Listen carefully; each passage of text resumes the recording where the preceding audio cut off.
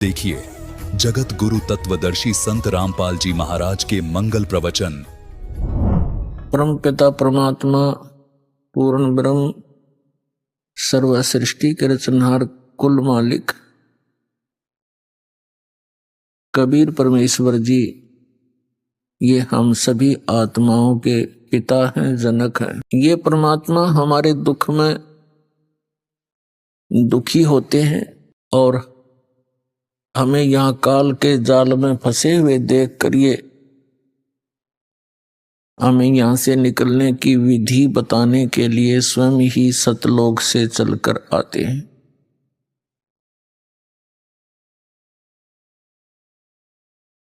पुण्यात्माओं, सौभाग्य आपका।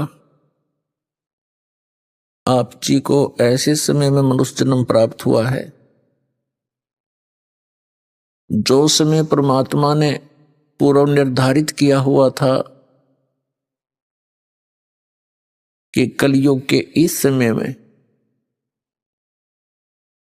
परमात्मा अपना अध्यात्म ज्ञान पूरे विश्व में फैलाएगा और सभी प्राणी परमात्मा के इस ज्ञान को ग्रहण करके इस यथार्थ मोक्ष मंत्र को, सतनाम को ग्रहण करके सभी अपने सतलोक में चले जाएंगे। अपने आत्माओं, जैसे आप जी वर्तमान के अंदर शिक्षा को कितना महत्व दे रहे हैं, उस अक्षर ज्ञान का, उस शिक्षा का उद्देश्य क्या होता है कि बच्चा अच्छी शिक्षा ग्रहण करके उच्च पोस्ट प्राप्त करे, उसकी जैसी भी व्यवस्था हो अपनी जीविका अच्छी तरह वो चला सके, कोई नौकरी या कोई व्यवसाय करके। इसलिए शिक्षा को इतना महत्व वर्तमान में दिया जा रहा है, क्योंकि हम शिक्षा के महत्व से, शिक्षा की महिमा से, इसके गुणों से हम परिचित हो गए। इसलिए प्रत्येक व्यक्ति अपने पुत्र या पुत्री को कोशिश करता है कि अच्छी से अच्छी शिक्षा ग्रहण कराऊं और उसके लिए 10-15 वर्ष उसको बिल्कुल फ्री छोड़ देता है ताकि वो अपना भविष्य उज्जवल कर सके, और उसके लिए खूब पैसा भी पानी की तरह बहाता है और वो बच्चा नेक नीति से पढ़ता हुआ अपनी सभी कक्षाओं को उत्तीर्ण करता हुआ वो जिस उद्देश्य को लेकर पढ़ रहा था उसको प्राप्त कर लेता है। वो बच्चा जैसे भी ट्रेनिंग करता है, जैसे किसी ने अध्यापक की ट्रेनिंग की तो वो अध्यापक लग गया, किसी ने इंजीनियर की ट्रेनिंग की, इंजीनियर की पढ़ाई पढ़ी तो वो इंजीनियर लग गया, किसी ने डॉक्टर की पढ़ाई की तो डॉक्टर लग गया, या अन्य कोई पोस्ट उसको प्राप्त हुई। तो पुण्यात्माओं, इसी प्रकार जिस समय आप जी को भक्ति से होने वाले लाभ का ज्ञान हो जाएगा और उस स्थान का ज्ञान हो जाएगा जहां हम कभी वृद्ध नहीं होते, जहां हमारी कभी मृत्यु नहीं होती, वहां किसी चीज का अभाव नहीं है, ना कोई खाने का अभाव है, ना जल का अभाव है, किसी भी वस्तु का जो एक मानव को आवश्यकता होती है उस सतलोक में, उस सत स्थान में, शाश्वत स्थान में कोई अभाव नहीं है और वहां वृद्ध अवस्था नहीं है, मृत्यु नहीं है। तो आप जी जब इस अध्यात्म ज्ञान से पूर्ण परिचित हो जाओगे, फिर आपके मन की स्थिति एक बहुत ही अजीबो गरीब बन जाएगी, और जो एक मानव के लिए अति आवश्यक है। अब वर्तमान में हम क्या करते हैं, माया को ही एक टारगेट मानकर, माया को ही उद्देश्य मानकर हम अपना सारा जीवन उसी पर न्यौछावर कर देते हैं, और जो सारा जीवन में हम संग्रह करते हैं वो यहीं रह जाता है। हमारी उसके जोड़ते जोड़ते ही, संग्रह करते करते ही मृत्यु हो जाती है। तो फिर हमारे साथ क्या जाता है, हमारे साथ जाते हैं वो पाप जो सारा जीवन इस भौतिक सुख की प्राप्ति के लिए हमने प्रयत्न किया। उस प्रयत्न में जो हमारे पाप हुए वो हमारे साथ चले जाते। जो मनुष्य जीवन से हमने करना चाहिए था, मनुष्य जीवन किस लिए इस प्राणी को प्राप्त होता है, ये ज्ञान हमें बचपन से नहीं दिया जाता। हमारे को बचपन से अपने समाज से सिर्फ इतना ही ज्ञान प्राप्त होता है कि बड़ा हो जाएगा, विवाह कर दिया जाएगा, संतान हो जाएगी, संतान की परवरिश कीजिए, हाँ, और फिर बस फिर मर जाइए। सारा जीवन उन्हीं की परवरिश में, अपने पेट पोषण में ही अपना जीवन व्यर्थ कर जाते हैं। जब हम सत्संग में आते हैं, सत्संग के अंदर परमात्मा का दिया हुआ ज्ञान बताया जाता है, और वो ज्ञान ज्ञान होता है।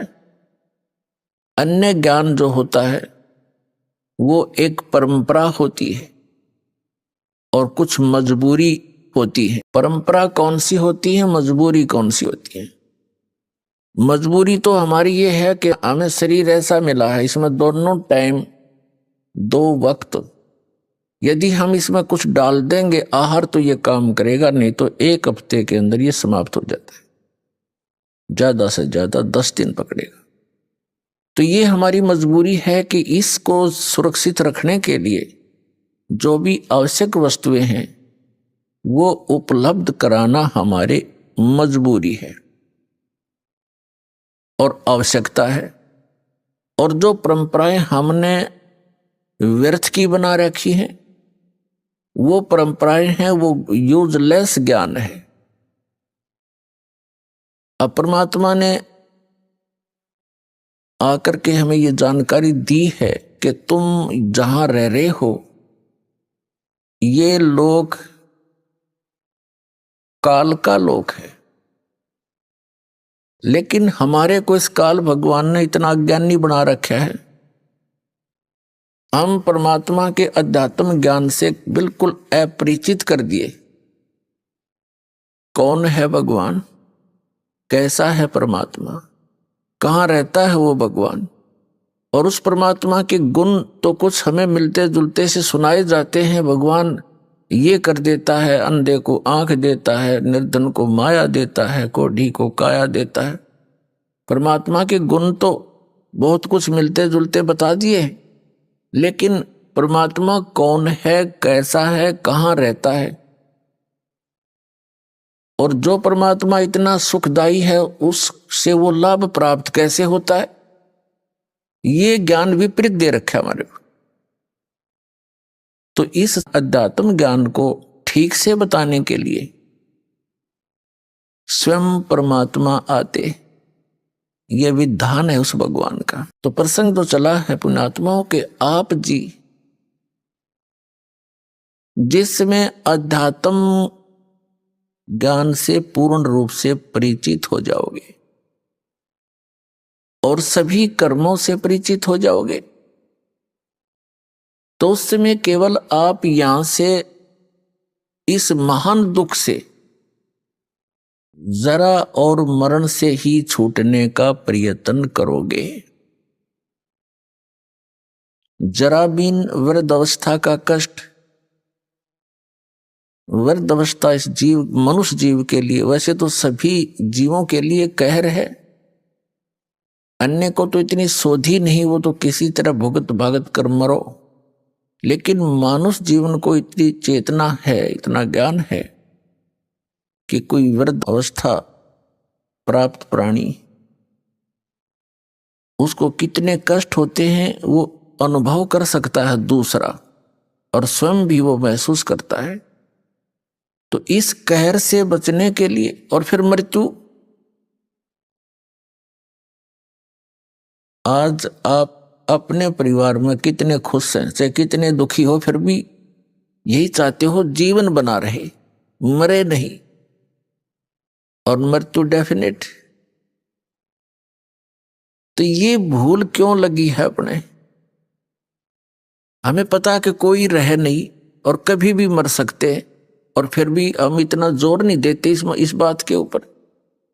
ऐसी दशा किसकी होती है? जिसने कुछ नशा कर रखा हो, उसको डर सा नहीं लगता, एक बार थोड़ी सी देर हिचकता है, फिर वो उसी स्पीड से वही क्रियाएं करता है। तो इस काल भगवान ने अपने को इस झूठे सुख की या त्रिगुणमयी माया रूपी भांग प्या रखी है, और इस भांग के नशे में हम देखते भी हैं, और मैं पता भी है कि मृत्यु होगी, पर डर कती नहीं हो। मृत्यु के जब लक्षण घटते हैं अपने ऊपर, उसमें घिघी बनती है, अको हो ये फलाना रोग हो गया, हो अब तो मृत्यु होगी। तो उस समय महसूस होता है कि हाँ शायद अब बात बिगड़ेगी। तो ये बात हमें वैसे भी याद रहनी चाहिए अगर नशा उतर गया था। तो इस भांग के नशे को उतारने के लिए ये एंटीबायोटिक, ये सत्संग सुनाए जाते जो यह भांग के नशे को उतार सके। कबीर ये माया अटपटी, सब गट आण अड़ी, किस किस को समझाऊं, या कुए भांग पड़ी। 21 ब्रह्मांड है इस काल भगवान के, ब्रह्म के, जिसको ब्रह्म भी कहते हैं, जैसे ऋषि जिसको ब्रह्म कहते आए हैं, ये काल भगवान है। इसको सरपुरुष भी कहते हैं, इसको सरब्रह्म भी कहते हैं, सरब्रह्म। इसने अपने 21 ब्रह्मांड के अंदर या माया की भांग घोल के गिर रखी इस कुएं में, और एक कुएं में यानी जैसे शराब के ठेके पर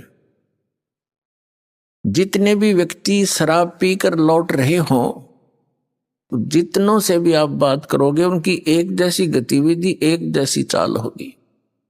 ऐसे लड़खड़ाते आएंगे, बोलेंगे कुछ, सोचेंगे कुछ। तो हम सभी की वही दशा होगी, हमने वही भांग पी रखी है यहाँ के झूठे सुख की। कबीर साहब कहते हैं झूठे सुख को सुख कहे ये मान रहा मनमोद, ये सकल चबीना काल का कुछ मुख में कुछ खोद।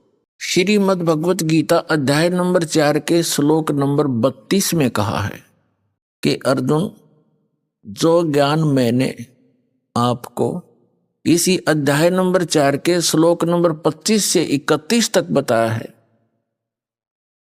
कि कोई तो स्वाध्याय करता है, जैसे गीता जी का नित पाठ कर लिया, कोई देवताओं की पूजा करता है, कोई योग अभ्यास करता है, कोई तीक्ष्ण अहिंसावादी व्रत रखता है, जैसे मुंह पर पट्टी बांध कर नंगे पैरों घूमता है, और कोई ब्रह्म साधना करता है। ये सभी साधक अपनी साधना को पापनाशक जानते हैं, यानी पापनाश पापनाश होंगे तो मोक्ष होगा, यानी मोक्षदायक मानते हैं। यदि इनको ये पता लगे कि ये साधना ठीक नहीं है तो इसको तुरंत त्याग देंगे। इसलिए चौथे अध्याय के 32वें श्लोक में कहा कि अर्जुन, सच्चिदानंद घन ब्रह्म की वाणी में ब्रह्मण मुखे, यहां अनुवादकर्ताओं ने गीता जी में गड़बड़ी कर रखी है। ब्रह्मण मुखे का अर्थ इन्होंने गलत कर दिया, वेद की वाणी लिख दी। नहीं, श्रीमद् भगवत गीता अध्याय नंबर 17 के श्लोक नंबर 23 में यही अनुवाद करता ब्रह्मण का अर्थ करते हैं सच्चिदानंद घन ब्रह्म, यानी परम अक्षर ब्रह्म। तो यहां हमने चौथे अध्याय के 32वें श्लोक में ब्रह्मणे मुखे का अर्थ सच्चिदानंद घन ब्रह्म के मुख से बोली गई अमृत वाणी में धार्मिक यज्ञों की, यज्ञ माने धार्मिक अनुष्ठानों की जानकारी विस्तार से कही गई है और वो तत्व ज्ञान है जो परमात्मा ने अपने मुख कमल से बोला है। वाणी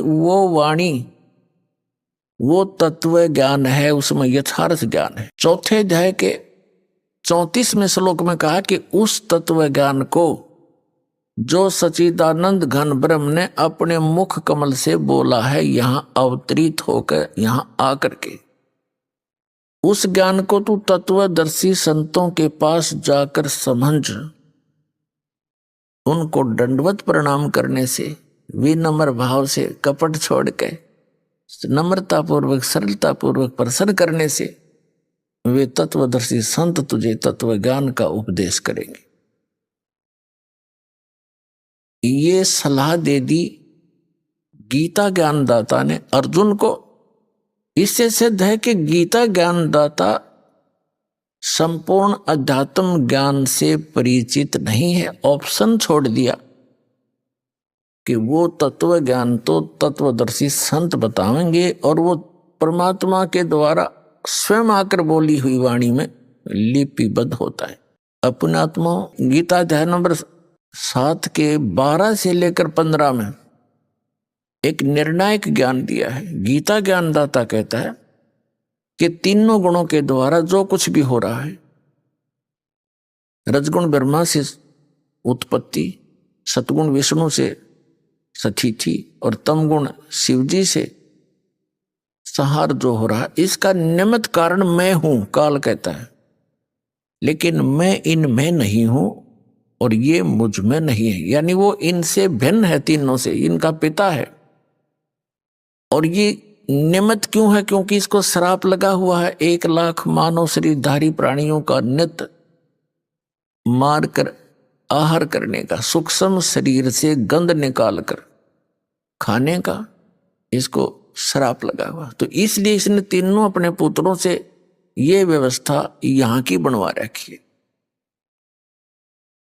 तो ये क्या कहता है कि ये त्रिगुण में ही मेरी माया, रजगुण ब्रह्मा, सतगुण विष्णु, तमगुण शिवजी द्वारा फैलाया गया यू जाल बड़ा खतरनाक है। और जो व्यक्ति मेरी भक्ति करते हैं यानी ब्रह्म साधना करते हैं, ये इन रजगुण ब्रह्मा, सतगुण विष्णु, तमगुण शिवजी से ऊपर के लाभ को प्राप्त करते हैं। अब 7वें अध्याय के 15वें श्लोक में गीता ज्ञानदाता कहता है कि जिनकी बुद्धि त्रिगुणमयी माया के द्वारा हरी जा चुकी है, यानी जो श्री ब्रह्मा, श्री विष्णु, श्री शिवजी की भक्ति से आगे सोचते ही नहीं, इन्हीं से प्राप्त अक्षीणिक ज्ञान लाभ को प्राप्त करके प्रसन्न रहते हैं, वे राक्षस स्वभाव को धारण किए हुए मनुष्यों में नीच दूषित कर्म करने वाले मूर्ख मेरी भक्ति भी नहीं करते, मुझे नहीं बचते, यानी ब्रह्म साधना नहीं करते, वो नीचे के अन्य देवताओं की पूजा करते हैं। अब 7वें अध्याय के 16 से लेकर 18 तक मंत्र में गीता ज्ञानदाता अपनी साधना के विषय में कहता है। ये ब्रह्म है, श्री कृष्ण के अंदर बोल रहा है। श्री कृष्ण का तो केवल माउथ यूज कर रहा है स्पीकर की तरह। ये कह रहा है कि मेरी साधना भी 4 प्रकार के करते हैं। अर्थार्थी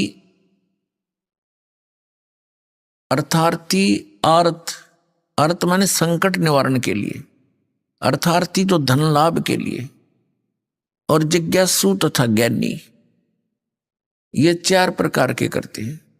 इनमें से तीनों को स्वयं रिजेक्ट करता है, आर्त, अर्थार्थी और जिज्ञासु को। कहते हैं जैसे आर्त क्या है, कोई संकट आ गया शरीर पे या घर पे, उसके निवारण के लिए वो वेद मंत्रों का ही सहारा लेते हैं, अन्य कोई अनुष्ठान किसी अन्य धार्मिक पुस्तक से नहीं करते, वो ब्रह्म उपासक कहलाते। ऐसे ही धन लाभ के लिए, धार्मिक अनुष्ठान के लिए वो वेद मंत्रों का ही सहयोग लेते हैं और किसी पुस्तक का वो सहारा नहीं लेते। वो ब्रह्म उपासक है। और जिज्ञासु होता जो घर से निकला परमात्मा पाने के लिए, जैसे उनको संत गुरु मिले, उनसे ग्रहण ज्ञान को स्वयं वक्ता बन गया उसको ग्रहण करके, तो वक्ता बन जाना भी इस जीव का अपना जीवन हानि है। तो इन तीनों को रिजेक्ट कर दिया। चौथा बताया है ज्ञानी। ज्ञानी का वो अर्थ है जिसको ये पता लग गया कि मनुष्य जीवन केवल मोक्ष के लिए ही प्राप्त हुआ है, अन्यथा ये अन्य प्राणियों के जीवन हम देख ही रहे हैं कितने कष्ट में है। परमात्मा ने मनुष्य जीवन दिया है, इसमें कितनी सद्बुद्धि दी है। समय पर खाना खा सकते हैं हम, अपनी शरीर की रक्षा के लिए अपने वस्त्र पहन सकते हैं, प्राकृतिक आपदाओं से बचने के लिए गर्मी सर्दी से हम झोंपड़ी डाल सकते हैं, मकान बना सकते हैं। लेकिन इन सब की ये इतनी बुद्धि देने का उद्देश्य क्या था मालिक का, कि तुम भगवान भी बन सकते हो, अपना कल्याण भी करा सकते हो। अन्यथा एक योनि और बना देता जहां 84 लाख बना रखी। तो पुण्यात्मा गहनता से सोचो इन बातों को। ये बातें कहन सुन की नहीं, ये कर पाड़ने की है। अब चौथा जो ज्ञानी है उसके विषय में कहता है ज्ञानी मुझे अच्छा लगता है। और ज्ञानी को मैं अच्छा लगता हूं क्योंकि ज्ञानी व्यक्ति, बुद्धिमान व्यक्ति को पता लग गया कि मनुष्य जीवन बार बार नहीं मिलेगा और इससे हमने अपना आत्म कल्याण करवाना है। आत्म कल्याण का अर्थ क्या है? यानी आत्मा का सदा के लिए, आत्मा को सदा के लिए सुख हो जा। अब सदा से के लिए सुख होगा जब इसकी जन्म और मृत्यु का यो दीर्घ रोग मिटे, जरा और मरण का यो कष्ट मिटे। और ये कहां मिटे?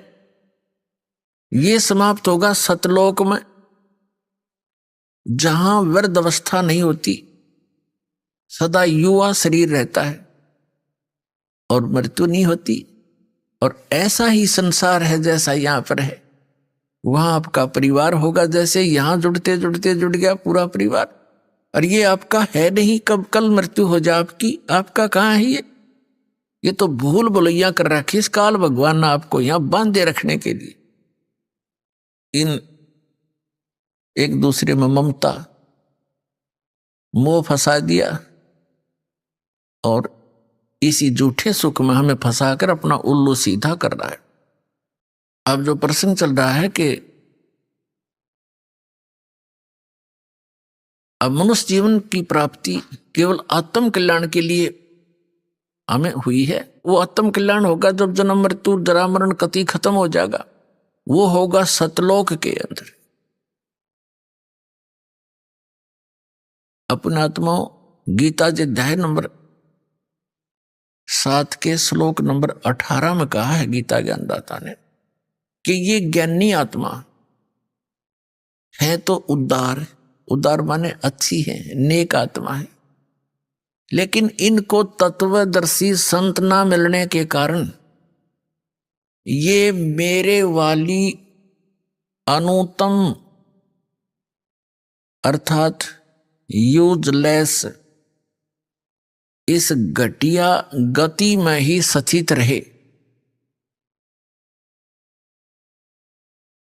अब यहां गीता ज्ञानदाता अपने से मिलने वाली यानी ब्रह्म साधना से होने वाली गति अर्थात मोक्ष को भी अनुत्तम बता रहा है। अनुत्तम माने व्यर्थ, घटिया, क्योंकि जन्म मृत्यु नहीं समाप्त हो सकती।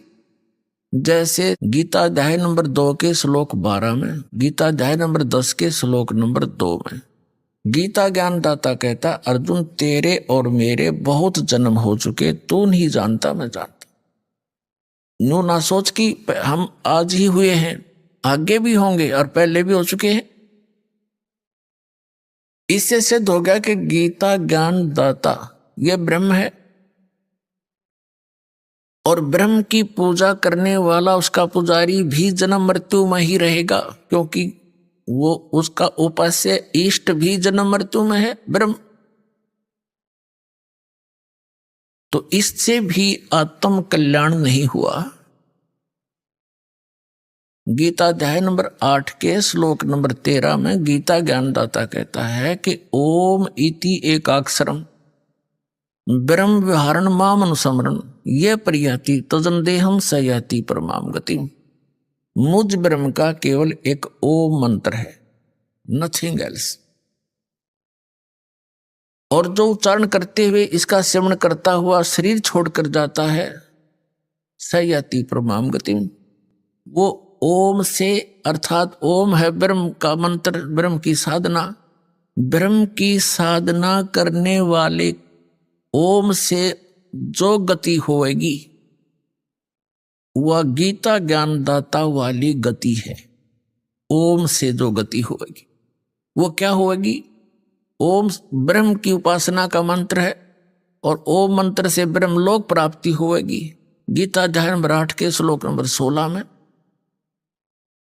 कहा कि ब्रह्मलोक पर्यंत भी सभी लोग पुनरावृत्ति में है, अर्थात वहां गए हुए साधक भी फिर लौटकर जन्म मृत्यु में आते, क्योंकि ये खुद कहता है मेरे भी जन्म मृत्यु होती है और अर्जुन तेरी भी रहेगी।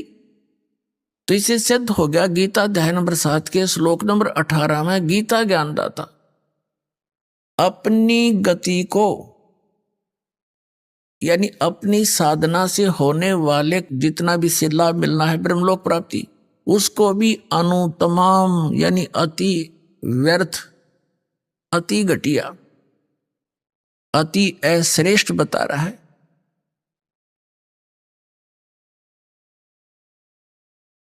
और गीता अध्याय नंबर 7 के श्लोक नंबर 19 में कहा है कि बहुनाम जन्मानाम अन्ते ज्ञानवान माम प्रपतते वासुदेवम सर्वमिति समात्मा सुदुर्लभ है।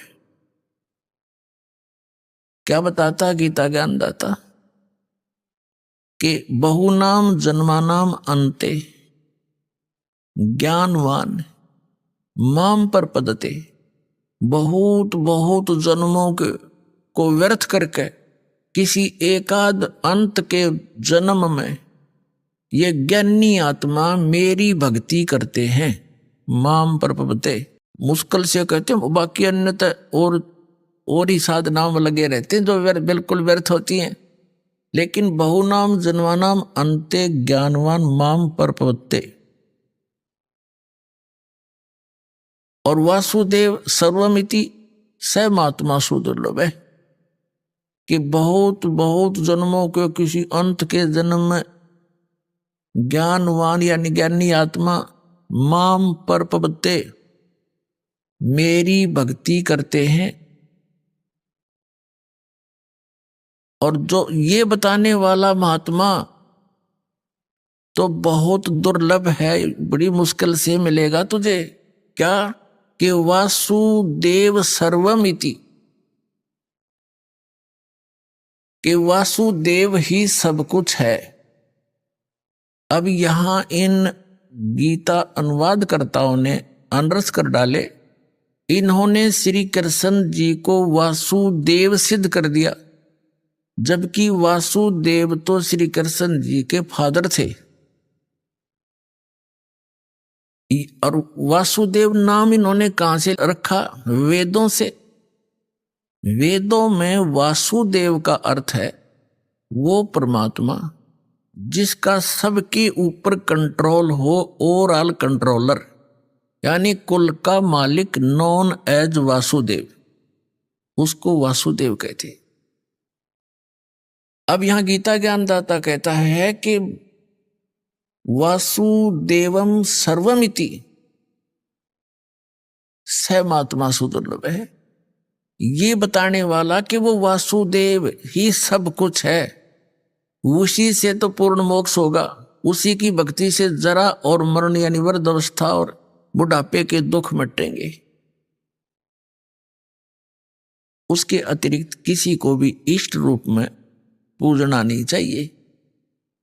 और वो परमात्मा कौन है, कहाँ रहता है, कैसा है, उसके पाने की, वहां जाने की कौन सी विधि है, कौन सा मेथड है, तो ये जानकारी देने वाला महात्मा सुदुर्लभ है, बड़ी मुश्किल से मिलेगा।